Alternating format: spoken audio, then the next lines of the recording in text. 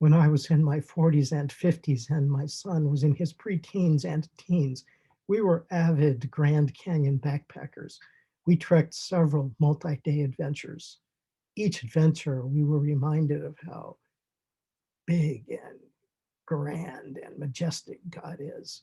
We were also reminded of how little we needed really to survive as we carried all the essentials on our backs. And were reminded of how insignificant we were in contrast to the vastness of the canyon. As expressed in Psalm 8, Lord, our Lord, how majestic is your name in all the earth.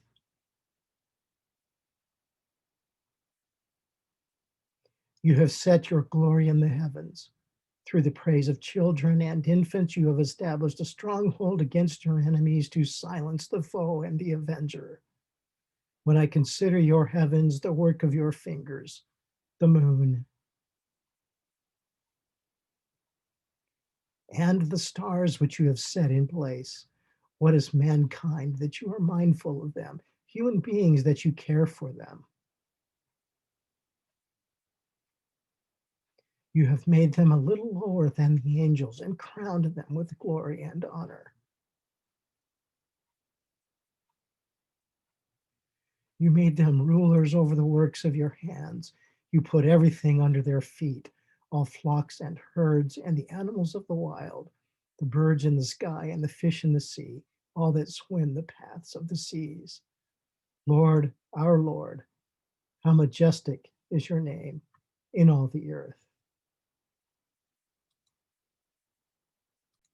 Psalm 8 picks up where Psalm 7 ends. Look at the final statement of praise that David makes in Psalm 7. I will give thanks to the Lord because of his righteousness. I will sing the praises of the name of the Lord Most High. And then the first statement of praise in Psalm 8 picks up from that final sentence. Lord, our Lord, how majestic is your name in all the earth. And the remainder of Psalm 8 carries forth those praises that the end of Psalm 7 invites David to express. This is the first psalm out of the first 8 psalms in which David praises God for his glory in the heavens, in contrast to the smallness of us people. And yet David marvels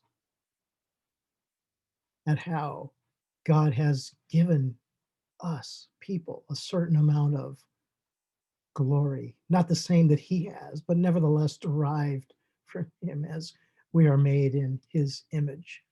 And then note how David ends the psalm, that is Psalm 8. Lord, our Lord, how majestic is your name in all the earth.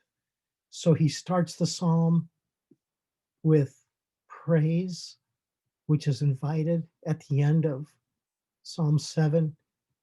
He ends with praise. The entire psalm is a reflection on God's great glory. And when we come to Psalm 9, we'll see that David continues to give thanks. He continues to praise. But then we'll see something very interesting, that he turns from such praise to his explanation to God of what is going on and how much he yet needs God in his life. Once again, in the way that the writers or the compilers of the Psalms have put these Psalms together, we see that there are connections from one to the next. They convey a story of how the Messiah himself, through David's eyes, viewed his ministry, his outreach, his testimony to the world, and how the world responded to him.